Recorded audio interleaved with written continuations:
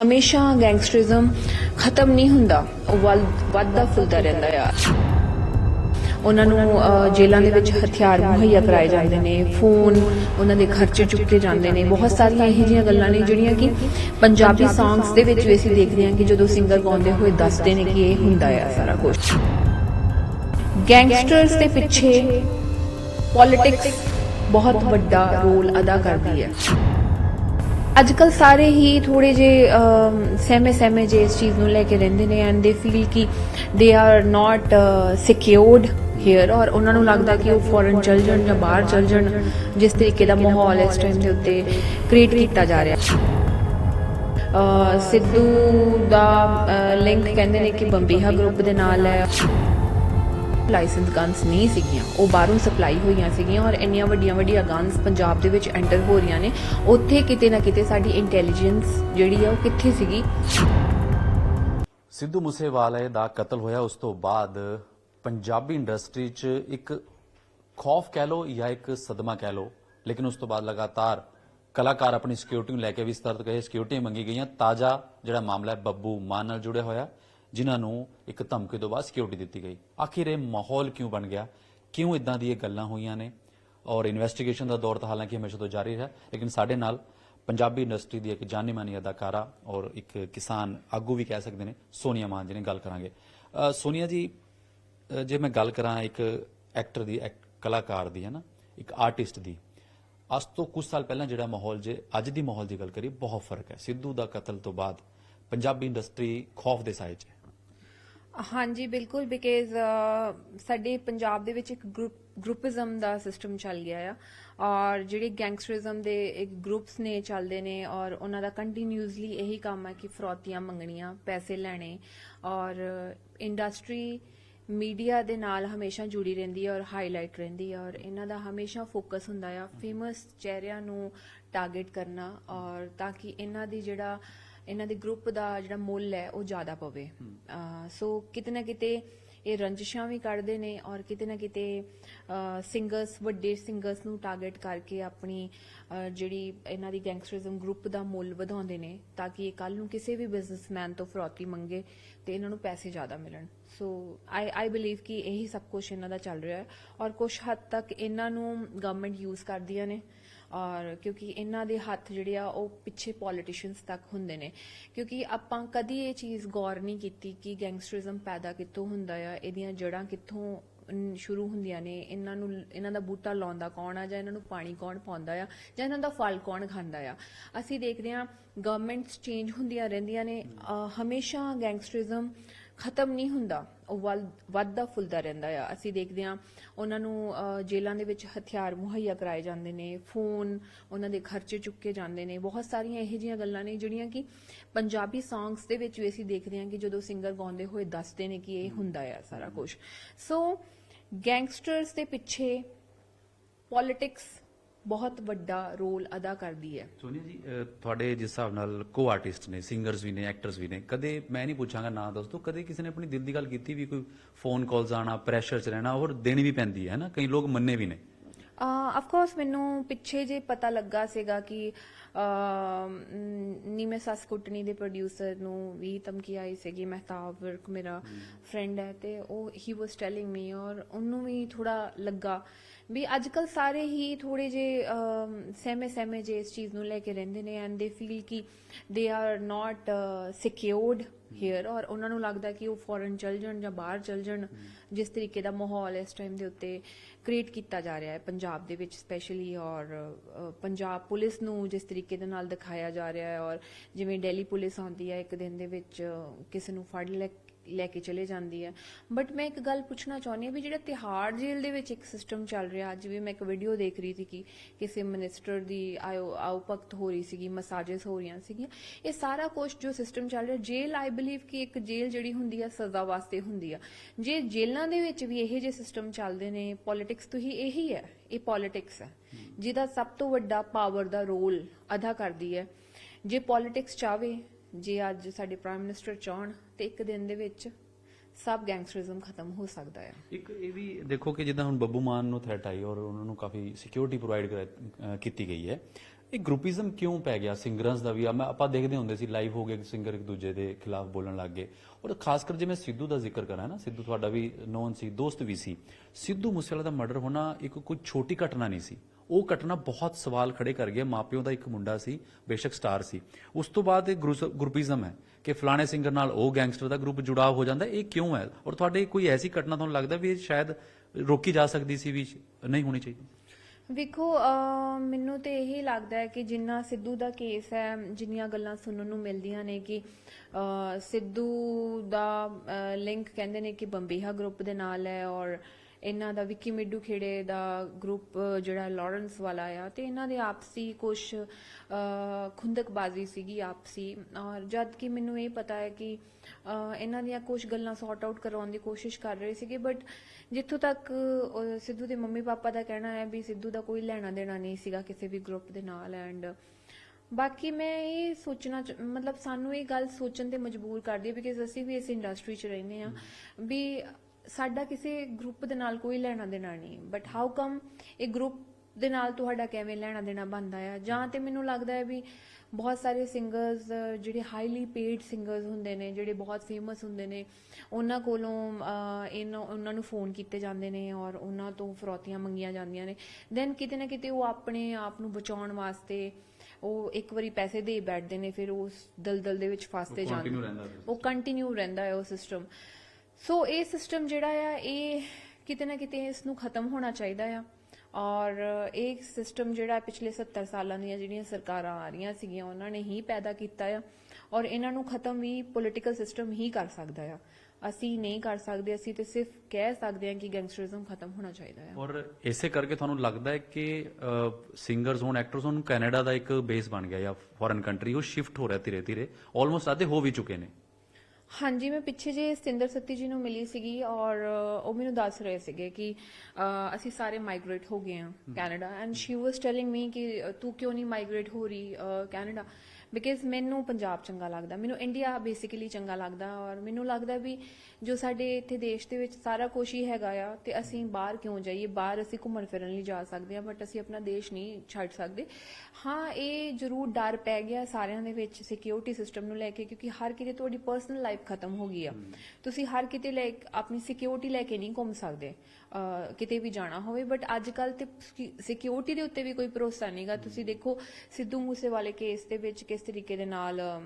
ਜਿਹੜਾ ਪੁਲਿਸ ਵਾਲਾ ਵੀ ਇਨਵੋਲਵਡ ਸੀਗਾ ਉਸ ਚੀਜ਼ ਦੇ ਵਿੱਚ ਬਟ ਜ਼ਿਆਦਾ ਮੇਨ ਜਿਹੜੀ ਗੱਲ ਦੇਖੋ ਹੁਣੇ ਪੰਜਾਬ ਸਰਕਾਰ ਨੇ ਗਾਣਿਆਂ ਦੇ ਉੱਤੇ ਕਿਹਾ ਵੀ ਅਸੀਂ ਗਨ ਕਲਚਰ ਨੂੰ ਪ੍ਰਮੋਟ ਕਰਨ ਵਾਲੇ ਗਾਣਿਆਂ ਦੇ ਉੱਤੇ ਰੋਕ ਲਾਵਾਂਗੇ ਬਟ ਉਹਨਾਂ ਨੂੰ ਜ਼ਿਆਦਾ ਗੌਰ ਫਰਮਾਉਣ ਦੀ ਲੋੜ ਹੈ ਕਿ ਪੰਜਾਬ ਦਾ ਜਿਹੜਾ ਯੂਥ ਹੈ ਇਸ ਟਾਈਮ ਦੇ ਉੱਤੇ ਕਿਸ ਚੀਜ਼ ਦੇ ਉੱਤੇ ਫੋਕਸ ਕਰ ਰਿਹਾ ਮੇਨਲੀ ਉਹ ਦੋ ਚੀਜ਼ਾਂ ਦੇ ਉੱਤੇ ਗੱਲਾਂ ਕਰਦਾ ਆ ਜਾਂ ਤੇ ਬਾਹਰ ਜਾਣ ਦੀ ਗੱਲ ਕਰਦਾ ਆ ਜਾਂ ਫਿਰ ਉਹ ਈਜ਼ੀ ਗੋਇੰਗ ਮਨੀ ਕਮਾਉਣ ਦੇ ਵਿੱਚ ਗੱਲ ਕਰਦਾ ਆ ਕਿ ਅਸੀਂ ਕੁਝ ਸਮਗਲਿੰਗ ਕਰ ਲਈਏ ਜਾਂ ਬਲੈਕ ਕਰ ਲਈਏ ਉਹ ਉਸ ਤਰ੍ਹਾਂ ਦੇ ਆਈਡੀਆ ਉਹਨਾਂ ਦੇ ਦਿਮਾਗ 'ਚ ਆਉਂਦੇ ਕਿਉਂ ਆ ਉਹ ਇਸ ਕਰਕੇ ਆਉਂਦੇ ਆ ਕਿਉਂਕਿ ਇੱਕ ਬੱਚਾ ਕਾਲ ਸੈਂਟਰ 'ਚ ਕੰਮ ਕਰਦਾ ਹੋਵੇ ਕਿਤੇ ਜੌਬ ਕਰਨ ਜਾਂਦਾ ਹੋਵੇ ਜਿੱਥੇ ਉਹ 20,000 ਦਾ 10,000 15,000 ਦੀ ਸੈਲਰੀ ਕਮਾਉਂਦਾ ਹੋਵੇ ਬਟ ਉਹਦੇ ਸਾਹਮਣੇ ਉਸ ਇਲਾਕੇ ਦੇ ਵਿੱਚ ਇੱਕ ਬੰਦਾ ਸਮਗਲਿੰਗ ਕਰਕੇ ਉਹਨੇ 4-4 5-5 ਗੱਡੀਆਂ ਰੱਖੀਆਂ ਹੋਣ ਆਈਫੋਨ ਰੱਖਿਆ ਹੋਵੇ ਸਵੇਰੇ ਤਿਆਰ ਹੋ ਕੇ ਨਿਕਲਦਾ ਹੋਵੇ ਪ੍ਰਭਾਵ ਛੱਡਦੀਆਂ ਨੇ ਚੀਜ਼ਾਂ ਮਿਨਿਸਟਰਾਂ ਦੇ ਨਾਲ ਫੋਟੋਆਂ ਖਿਚਾਉਂਦਾ ਹੋਵੇ ਤੇ ਪਾਰਟੀ ਫੰਡ ਦੀ ਤੌਰ ਦੇ ਉੱਤੇ ਉਹੋ ਜਿਹੇ ਲੋਕੀ ਜਿਹੜੇ ਆ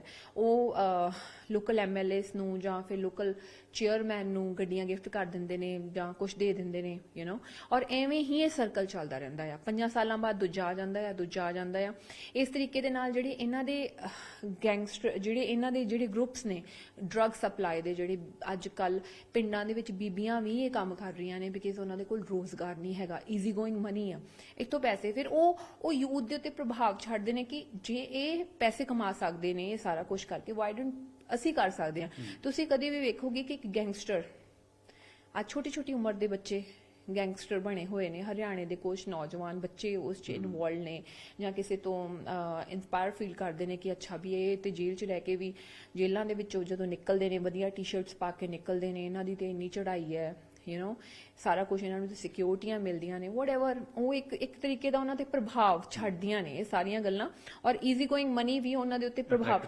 ਅਟਰੈਕਟ ਕਰਦੀ ਹੈ ਸੋ ਸਰਕਾਰ ਨੂੰ ਇਹ ਗੌਰ ਫਰਮਾਉਣ ਦੀ ਲੋੜ ਹੈ ਕਿ ਜਿਹੜੇ ਉਹਨਾਂ ਦੇ ਐਮਐਲਏ ਜਿਹੜੇ ਉਹਨਾਂ ਦੇ ਚੇਅਰਮੈਨ ਜਿਹੜੇ ਉਹਨਾਂ ਦੇ ਮਿਨਿਸਟਰ ਲੋਕਲ ਜਿਹੜੇ ਵੀ ਕਿਸੇ ਬੰਦੇ ਤੋਂ ਫੰਡ ਲੈਂਦੀਆਂ ਨੇ ਉਹ ਫੰਡ ਕਿਹੜੇ ਬੰਦੇ ਤੋਂ ਲਿਆ ਜਾਵੇ ਤੇ ਕਿਹੜੇ ਬੰਦੇ ਤੋਂ ਨਾ ਲਿਆ ਜਾਵੇ। ਜਿਹੜੇ ਖਾਸ ਕਰਕੇ ਬੰਦਿਆਂ ਦਾ ਡਰੱਗ ਡੀਲਿੰਗ ਦੇ ਵਿੱਚ ਜਾਂ ਸਮਗਲਿੰਗ ਦੇ ਵਿੱਚ ਨਾਮ ਹੋਵੇ ਉਹਨਾਂ ਤੋਂ ਨਾ ਲਿਆ ਜਾਵੇ। ਮੈਂ ਇੱਕ ਸਵਾਲ ਸੋਨੀਆ ਜੀ ਇਹ ਵੀ ਹੈ, ਤੁਸੀਂ ਕਿਹਾ ਕਿ ਸਰਕਾਰ ਠੀਕ ਹੈ, ਅਸੀਂ ਹਰ ਗੱਲ ਸਰਕਾਰ ਦੇ ਉੱਪਰ ਸੁੱਟਦੇ ਹਾਂ, ਕਿਆ ਸਾਡੀ ਪਰਿਵਾਰਾਂ 'ਚ ਮੁੰਡੇ ਚਾਹੇ ਗਰੀਬ ਘਰ ਦਾ ਹੋਏ ਅਮੀਰ ਹੋਏ, ਇਹ ਤਾਂ ਸਾਡੀ ਵੀ ਪਰਿਵਾਰ ਦੀ ਵੀ ਇੱਕ ਰਿਸਪੌਂਸਿਬਿਲਟੀ ਬਣਦੀ ਹੈ ਔਰ ਪਾਰਟਿਕੂਲਰ ਉਸ ਬੱਚੇ ਦੇ ਜਾਂ ਉਸ ਯੂਥ ਨੂੰ ਵੀ ਸੋਚਣਾ ਚਾਹੀਦਾ, ਕਿਉਂਕਿ ਸਭ ਨੂੰ ਪਤਾ ਹੁੰਦਾ ਕਿ ਮੇਰਾ ਇਹ ਰਸਤਾ ਠੀਕ ਹੈ, ਮੈਂ ਇੱਧਰੋਂ ਜਾਵਾਂ ਜਾਂ ਇੱਧਰੋਂ ਜਾਵਾਂ। ਉਹ ਚੀਜ਼ ਨੂੰ ਵੀ ਲੈ ਕੇ ਤੁਹਾਨੂੰ ਲੱਗਦਾ ਨਹੀਂ ਕਿ ਅਸੀਂ ਉੱਥੇ ਵੀ ਕੰਮ ਕਰਨਾ ਚਾਹੀਦਾ? ਵੇਖੋ ਉੱਥੇ ਬਹੁਤ ਘੱਟ ਲੋਕੀ ਕੰਮ ਕਰਦੇ ਨੇ। 98% ਲੋਕੀ ਈਜ਼ੀ ਗੋਇੰਗ ਮਨੀ ਭਾਲਦੇ ਨੇ ਕਿ ਸੌਖਾ ਤਰੀਕਾ ਸਾਨੂੰ ਸ਼ਾਰਟਕਟ ਲੱਭ ਜੇ, ਔਰ ਸਾਡੇ ਕੋਲ ਇੱਕ ਤੇ ਵੀਡੀਓਜ਼ ਦੇ ਵਿੱਚ ਪ੍ਰਭਾਵ ਹੁੰਦਾ ਵੀ ਸਾਡੇ ਕੋਲ ਆ ਗੱਡੀ ਹੋਣੀ ਚਾਹੀਦੀ ਆ, ਸਾਡੇ ਕੋਲ ਆਈਫੋਨ ਹੋਣਾ ਚਾਹੀਦਾ, ਸਾਡੇ ਕੋਲ ਇੱਕ ਗਨ ਹੋਣੀ ਚਾਹੀਦੀ ਆ।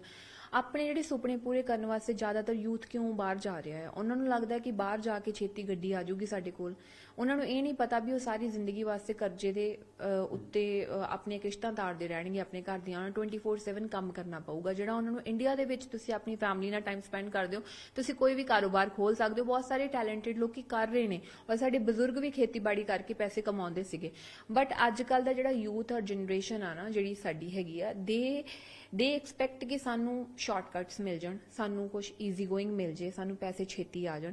ਸੋ ਉਹ ਇਹ ਗੱਲਾਂ ਦੇ ਵਿੱਚ ਪੈ ਜਾਂਦੇ ਨੇ ਔਰ ਜਿੱਥੋਂ ਪੋਲੀਟੀਸ਼ੀਅਨਸ ਉਹਨਾਂ ਨੂੰ ਯੂਜ਼ ਵੀ ਕਰਦੇ ਨੇ। ਮੇਨ ਸਾਡੀ ਗੱਲ ਇੱਥੇ ਹੀ ਆਉਂਦੀ ਹੈ, ਪਾਵਰ ਜਿਹੜੀ ਹੈ, ਪੋਲਿਟਿਕਸ ਜਿਹੜੀ ਹੈ, ਉਹਨੇ ਹੀ ਸਾਡਾ ਸਿਸਟਮ ਖਰਾਬ ਕੀਤਾ ਹੋਇਆ ਆ। ਉਸ ਨੂੰ ਸੁਧਾਰਨ ਦੀ ਲੋੜ ਹੈ। ਥ੍ਰੈਡ ਦੀ ਤੁਸੀਂ ਗੱਲ ਕੀਤੀ, ਤੁਹਾਨੂੰ ਕਦੇ ਕੋਈ ਏਦਾਂ ਦੀ ਕਾਲ ਆਈ ਜਾਂ ਤੁਸੀਂ ਗਨ ਰੱਖੀ ਹੋਈ ਹੈ ਲਾਇਸੈਂਸੀ ਜਾਂ ਨਹੀਂ? ਵੇਖੋ ਮੇਰੇ ਕੋਲ ਲਾਇਸੈਂਸੀ ਗਨ ਹੈਗੀ ਹੈ ਔਰ ਪਰ ਮੈਨੂੰ ਇਹ ਲੱਗਦਾ ਵੀ ਜਿੰਨੀ ਲਿਖੀ ਹੈ ਉਨੀ ਭੁਗਤ ਕੇ ਜਾਣੀ ਹੈ, ਰਾਈਟ। ਸਿਕਿਉਰਟੀਆਂ ਦੀ ਮੈਨੂੰ ਲੋੜ ਨਹੀਂ ਹੈਗੀ, ਉਸ ਕਾਲਪੁਰਖ ਦੀ ਸਿਕਿਉਰਿਟੀ ਬਹੁਤ ਆ ਮੇਰੇ ਨਾਲ। ਬਟ ਹਾਂ, ਅਫਕੋਰਸ ਜਦੋਂ ਤੁਸੀਂ ਸਰਕਾਰ ਦੇ ਖਿਲਾਫ ਬੋਲਦੇ ਹੋ, ਜੋ ਤੁਸੀਂ ਕਿਸੇ ਵੀ ਮੁੱਦੇ ਨੂੰ ਬੇਬਾਕੀ ਦੇ ਨਾਲ ਰੱਖਦੇ ਹੋ, ਤੁਹਾਨੂੰ ਬਹੁਤ ਸਾਰੇ ਲੋਕਾਂ ਦੀਆਂ ਗੱਲਾਂ ਸੁਣਨ ਲਈ ਮਿਲਦੀਆਂ ਨੇ। ਬਹੁਤ ਸਾਰੇ ਲੋਕੀ ਤੁਹਾਨੂੰ ਟਾਰਗੇਟ ਕਰਦੇ ਨੇ, ਤੁਹਾਡੀ ਫੈਮਿਲੀ ਨੂੰ ਲੈ ਕੇ ਟਾਰਗੇਟ ਕਰਦੇ ਨੇ ਔਰ ਤੁਹਾਨੂੰ ਵੀ ਕਹਿੰਦੇ ਨੇ ਕਿ ਬੀਬੀ ਬਹੁਤ ਜ਼ਿਆਦਾ ਬੋਲਦੀ ਆ। ਸੋ ਬਹੁਤ ਕੁਝ ਕਹਿੰਦੇ ਨੇ ਇਨਡਾਇਰੈਕਟਲੀ, ਪਰ ਮੈਨੂੰ ਕਿਸੇ ਤੋਂ ਡਰ ਨਹੀਂ ਲੱਗਦਾ। ਸੋ ਮੈਂ ਪ੍ਰੈਕਟਿਸ ਕਰਦੇ ਰਹਿੰਦੇ ਸ਼ੂਟਿੰਗ ਦੀ? ਸੀ ਆਈ ਲਵ ਸ਼ੂਟਿੰਗ, ਮੈਨੂੰ ਸ਼ੂਟਿੰਗ ਕਰਨੀ ਬਹੁਤ ਪਸੰਦ ਆ। ਬਟ ਮੈਨੂੰ ਇੰਨਾ ਕੁਛ ਨਹੀਂ ਹੈਗਾ ਕਿ ਮੈਨੂੰ ਕੋਈ, ਵੇਖੋ ਜਦੋਂ ਕਿਸੇ ਦੀ ਆਈ ਹੈ ਨਾ, ਉਦੋਂ ਉਹ ਗਨ ਵੀ ਨਹੀਂ ਚੱਲਦੀ ਹੁੰਦੀ। ਜਦੋਂ ਆਉਣੀ ਹੈ ਉਹ ਆਉਣੀ ਹੈ। ਪਰ ਇੱਕ ਡਿਬੇਟ ਇਹ ਵੀ ਹੈ ਨਾ ਸੋਨੀਆ ਜੀ ਕਿ ਪੁਲਿਸ ਕਿਸ ਨੂੰ ਸਿਕਿਉਰਿਟੀ ਦੇਗੀ? ਉਹ ਇੱਕ ਲਿਮਿਟਡ ਜਿਹਾ ਆ ਜਾਂਦਾ ਫਿਰ ਇੱਕ ਨਾ ਏਰੀਆ ਕਿ ਬੰਦੇ ਨੂੰ ਘੱਟ ਤੋਂ ਘੱਟ ਇਹ ਤਾਂ ਹੈ। ਹੁਣ ਸਿੱਧੂ ਕੋਲ ਸੀਗੀ, ਟਰਾਈ ਤਾਂ ਕੀਤੀ ਉਹਨੇ, 7 ਫਾਇਰ ਕੀਤੇ ਔਰ ਇਹ ਵੀ ਹੁਣ ਸਰਕਾਰ ਕਹਿ ਰਹੀ ਕਿ ਅਸੀਂ ਰਿਵਿਊ ਕਰਾਂਗੇ ਵੀ ਲਾਇਸੈਂਸ ਜਿਹੜੇ ਸਹੀ ਦਿੱਤੇ ਕਿ ਨਹੀਂ ਦਿੱਤੇ। ਆਫ ਕੋਰਸ ਰਿਵਿਊ ਤੇ ਉਵੇਂ ਕਰਨੇ ਚਾਹੀਦੇ ਆ ਲਾਇਸੈਂਸ। ਵੇਖੋ ਸਰਕਾਰ ਨੂੰ ਜ਼ਿਆਦਾ ਫੋਕਸ ਕਰਨ ਦੀ ਲੋੜ ਹੈ ਕਿ ਜਿਹੜਾ ਗੈਰ ਕਾਨੂੰਨੀ ਹਥਿਆਰ ਪੰਜਾਬ ਦੇ ਵਿੱਚ ਸਪਲਾਈ ਹੋ ਰਿਹਾ ਹੈ, ਲਾਇਸੈਂਸ ਗਨ ਦੇ ਨਾਲ ਕੋਈ ਕਿਸੇ ਨੂੰ ਗੋਲੀ ਨਹੀਂ ਮਾਰਦਾ, ਇਹ ਆਪਾਂ ਨੂੰ ਵੀ ਪਤਾ ਆ। ਔਰ ਲਾਇਸੈਂਸ ਗਨ ਉਦੋਂ ਹੀ ਕੱਢੀ ਜਾਂਦੀ ਹੈ ਜਦੋਂ ਸਾਨੂੰ ਲੋੜ ਹੁੰਦੀ ਆ। ਜ਼ਿਆਦਾਤਰ ਜਿਹੜੇ ਸਿੱਧੂ ਨੂੰ ਜਿਹਦੇ ਨਾਲ ਮਾਰਿਆ ਗਿਆ ਉਹ ਲਾਇਸੈਂਸ ਗਨਸ ਨਹੀਂ ਸੀਗੀਆਂ, ਉਹ ਬਾਹਰੋਂ ਸਪਲਾਈ ਹੋਈਆਂ ਸੀਗੀਆਂ। ਔਰ ਇੰਨੀਆਂ ਵੱਡੀਆਂ ਵੱਡੀਆਂ ਗਨਸ ਪੰਜਾਬ ਦੇ ਵਿੱਚ ਐਂਟਰ ਹੋ ਰਹੀਆਂ ਨੇ, ਉੱਥੇ ਕਿਤੇ ਨਾ ਕਿਤੇ ਸਾਡੀ ਇੰਟੈਲੀਜੈਂਸ ਜਿਹੜੀ ਆ ਉਹ ਕਿੱਥੇ ਸੀਗੀ, ਉਹ ਉੱਥੋਂ ਕਿਤੇ ਨਾ ਕਿਤੇ ਲੱਗਦਾ ਵੀ ਇਨਵੋਲਵਮੈਂਟ ਜਿਹੜੀ ਆ ਬਹੁਤ ਹਾਇਰ ਲੈਵਲ ਦੀ ਸੀਗੀ, ਤਦ ਹੀ ਇੰਨੀਆਂ ਵੱਡੀਆਂ ਗਨਸ ਨੂੰ ਮੁਹੱਈਆ ਕਰਾਇਆ ਗਿਆ ਔਰ ਪੁਲਿਸ ਦਾ ਬੰਦਾ ਨਾਲ ਸਾਰਾ ਕੁਝ, ਸਾਰੀਆਂ ਚੀਜ਼ਾਂ। ਫਿਰ ਆਪਾਂ ਨੂੰ ਸਿਕਿਉਰਿਟੀ ਸਿਸਟਮ ਦੇ ਉੱਤੇ ਕੁਐਸਚਨ ਮਾਰਕ ਆਉਂਦਾ ਹੈ ਕਿ ਪੰਜਾਬ ਦੇ ਅੰਦਰ ਜਿਹੜੀਆਂ ਗਨਸ ਆ ਰਹੀਆਂ ਨੇ, ਉੱਥੇ ਕਿਤੇ ਨਾ ਕਿਤੇ ਸਾਡੀ ਪੰਜਾਬ ਸਰਕਾਰ ਨੂੰ ਲੋੜ ਹੈ ਕਿ ਬਾਰਡਰ ਸਿਕਿਉਰਿਟੀ ਫੋਰਸ ਵਧਾਉਣ ਔਰ ਸਾਨੂੰ ਇੰਟੈਲੀਜੈਂਸ ਨੂੰ ਪਤਾ ਹੋਣਾ ਚਾਹੀਦਾ ਵੀ ਕਿੱਥੋਂ ਕੀ ਹੋ ਰਿਹਾ ਹੈ। ਇਸ ਚੀਜ਼ ਦੇ ਵਿੱਚ ਕਮੀਆਂ। ਬਾਕੀ ਮੈਂ ਤੇ ਵੇਖੋ ਕੋਈ ਸਿਕਿਉਰਿਟੀ ਨਹੀਂ ਲਈ, ਨਾ ਮੈਨੂੰ ਲੋੜ ਹੈ ਤੇ ਨਾ ਮੈਂ ਕਦੀ ਅੱਗੇ ਲਾਉਂਗੀ, ਬਿਕਾਜ਼ ਆਈ ਬਿਲੀਵ ਕਿ ਤੁਸੀਂ ਆਪਣੇ ਆਪ ਦੀ ਖੁਦ ਇੱਕ ਸਿਕਿਉਰਿਟੀ ਹੋ, ਰਾਈਟ। ਜੋ ਤੁਸੀਂ ਬੋਲ ਰਹੇ ਹੋ ਮੈਂ ਤਾਂ ਸੱਚ ਬੋਲ ਰਹੀ ਹਾਂ ਔਰ ਮੈਂ ਸੱਚ ਹਮੇਸ਼ਾ ਬੋਲਦੀ ਰਹੂੰਗੀ। ਬਾਕੀ ਠੀਕ ਆ, ਗਨ ਇੱਕ ਹੈਗੀ ਹੈ ਕਿ ਤੁਹਾਡੇ ਕੋਲ ਇੱਕ ਲੱਗਦਾ ਵੀ ਹਾਂ ਤੁਹਾਡੇ ਕੋਲ ਇੱਕ ਗਨ ਹੈ, ਦੈਟਸ ਇਟ। ਕੈਰੀ ਕਰਕੇ ਚੱਲਦੇ ਹੋ ਨਾਲ? ਆਫ ਕੋਰਸ ਕੈਰੀ ਕਰਕੇ ਚੱਲਦੀ ਆ, ਬਟ ਠੀਕ ਆ, ਉਹ ਇੱਕ ਤਸੱਲੀ ਜੀ ਆ ਵੀ ਹਾਂ ਹੈਗੀ ਹੈ। ਬਟ ਜਿੰਨੇ ਮਾਰ ਕੇ ਜਾਣਾ ਉਹਨੇ ਤੇ ਮਾਰ ਕੇ ਚਲੇ ਹੀ ਜਾਣਾ ਹੈ। ਇੱਕ ਲਾਸਟ ਸਵਾਲ, ਅੱਜ ਕੱਲ ਇੱਕ ਹਿੰਦੂ ਸਿੱਖ ਨੂੰ ਲੈ ਕੇ ਜਿਹੜੀ ਡਿਬੇਟ ਹੋਈ ਸੂਰੀ ਦੇ ਮਰਡਰ ਤੋਂ ਬਾਅਦ, ਜਾਂ ਅੰਮ੍ਰਿਤਪਾਲ ਉਹਨਾਂ ਦਾ ਜ਼ਿਕਰ ਕਰੀਏ, ਇੱਕ ਸਿੱਖ ਪਰਿਵਾਰ ਚੋਂ ਤੁਸੀਂ ਬਿਲੋਂਗ ਕਰਦੇ ਹੋ, ਉਹ ਕੀ ਲੱਗਦਾ ਕੀ ਹੈ ਕਿ ਆਮ ਲੋਕਾਂ ਨੂੰ ਇਹਨਾਂ ਗੱਲਾਂ ਨਾਲ ਮਤਲਬ ਕੋਈ ਹੈ? ਮੈਨੂੰ ਨਹੀਂ ਲੱਗਦਾ ਕਿ ਆਮ ਲੋਕਾਂ ਨੂੰ ਇਹ ਗੱਲਾਂ ਦੇ ਨਾਲ ਕੋਈ ਮਤਲਬ ਹੈ।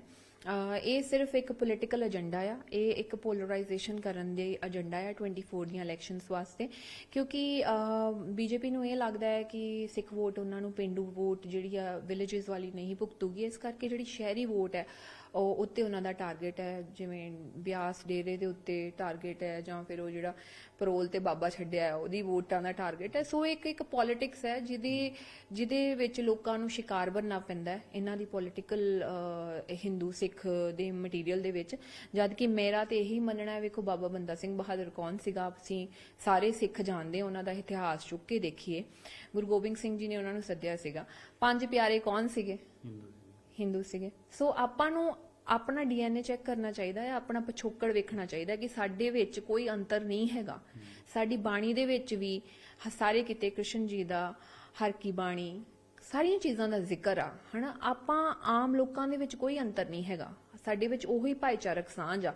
ਬਟ ਜਿਹੜੇ ਸੂਰੀ ਵਰਗੇ ਬੰਦੇ ਆ ਨਾ, ਭਾਵੇਂ ਉਹ ਸੂਰੀ ਹੋਵੇ, ਭਾਵੇਂ ਕੱਲ ਨੂੰ ਕੋਈ ਵੀ ਸਿੱਖ ਬੰਦਾ ਹੋਵੇ ਜਿਹੜੀ ਇਹੋ ਜਿਹੀ ਬਕਵਾਸ ਕਰੇ, ਮੈਂ ਕਹਿੰਦੀ ਇਹਨਾਂ ਦੀ ਜ਼ੁਬਾਨ ਨੂੰ ਲਗਾਮ ਦੇਣੀ ਚਾਹੀਦੀ ਆ ਔਰ ਇਹਨਾਂ ਲੋਕਾਂ ਨੂੰ ਬਾਈਕਾਟ ਕਰਨਾ ਚਾਹੀਦਾ ਸੋਸਾਇਟੀ ਦੇ ਵਿੱਚੋਂ। ਔਰ ਇਹਨਾਂ ਲੋਕਾਂ ਨੂੰ ਕਿਸੇ ਵੀ ਪ੍ਰਕਾਰ ਦੀ ਸਿਕਿਉਰਿਟੀ ਨਹੀਂ ਦੇਣੀ ਚਾਹੀਦੀ ਸਰਕਾਰ ਨੂੰ, ਬਿਕਾਜ਼ ਜਦੋਂ ਇਹ ਗੰਦੀ ਸ਼ਬਦਾਵਲੀ ਬੋਲਦੇ ਨੇ ਤੇ ਆਪਾਂ ਇਹਨਾਂ ਲੋਕਾਂ ਨੂੰ ਸਿਕਿਉਰਿਟੀ ਦੇਣੇ ਪਏ ਆ ਤੇ ਉਹ ਫਿਰ ਹੋਰ ਖੁੱਲ ਕੇ ਬੋਲਦੇ ਨੇ ਤੇ ਉਹਦੇ ਨਾਲ ਕੀ ਹੁੰਦਾ ਆ ਵੀ ਵਾਇਲੈਂਸ ਕ੍ਰੀਏਟ ਹੋ ਰਿਹਾ ਆ, ਇੱਕ ਗੰਦੀ ਸ਼ਬਦਾਵਲੀ ਇੱਕ ਦੂਜੇ ਦੇ ਪ੍ਰਤੀ। ਔਰ ਮੈਨੂੰ ਲੱਗਦਾ ਕਿ ਇਹਦੇ ਵਾਸਤੇ ਸਿੱਖ ਜਥੇਬੰਦੀਆਂ ਨੂੰ ਸਿੱਖ ਬੰਦਾ ਜੇ ਕੁਝ ਗਲਤ ਬੋਲੇ ਤੇ ਉੱਤੇ ਕਾਬੂ ਪਾਉਣਾ ਚਾਹੀਦਾ, ਤੇ ਹਿੰਦੂ ਦੇ ਵਿੱਚੋਂ ਜੇ ਕੋਈ ਗਲਤ ਬੋਲੇ ਤੇ ਜਿਵੇਂ ਸੂਰੀ ਵਰਗੇ ਨੇ ਉਹਨਾਂ ਦੇ ਉੱਤੇ ਕੁਐਸਚਨ ਮਾਰਕ ਰੇਜ਼ ਕਰਨਾ ਚਾਹੀਦਾ ਤੇ ਉਹਨਾਂ ਦੇ ਉੱਤੇ ਕਾਬੂ ਪਾਉਣਾ ਚਾਹੀਦਾ ਆ, ਜਿਹਦੇ ਨਾਲ ਕਿ ਇਹ ਡਿਫਰੈਂਸਸ ਘੱਟ ਹੋਣਗੇ ਤੇ ਇਹੋ ਜਿਹੀ ਕੋਈ ਲੜਾਈ ਨਹੀਂ ਹੋਊਗੀ। ਇੱਕ ਲਾਸਟ ਸਵਾਲ, 2024 ਚ ਸੋਨੀਆ ਮਾਨ ਨੂੰ ਆਪਾਂ ਰਾਜਨੀਤੀ ਦੇ ਮੈਦਾਨ 'ਚ ਦੇਖ ਸਕਦੇ ਹਾਂ। ਪਹਿਲਾਂ ਵੀ ਗੱਲ ਚੱਲੀ ਸੀ ਬੜਾ, ਔਰ ਕੁਝ ਟਾਈਮ ਲਈ ਤੁਸੀਂ ਫੋਨ ਵੀ ਨਹੀਂ ਚੱਕਦੇ ਸੀ ਜਦੋਂ ਤੁਹਾਨੂੰ ਪੁੱਛਦੇ ਸੀ ਕਿ ਕਿਹੜੀ ਪਾਰਟੀ ਜੁਆਇਨ ਕਰ ਲਈ। Listen, actually politics is a very bad game. I don't know politics. I'm not a diplomat person at all because whatever I feel like, I just say my heart out. But the thing is that ki I don't know about the future.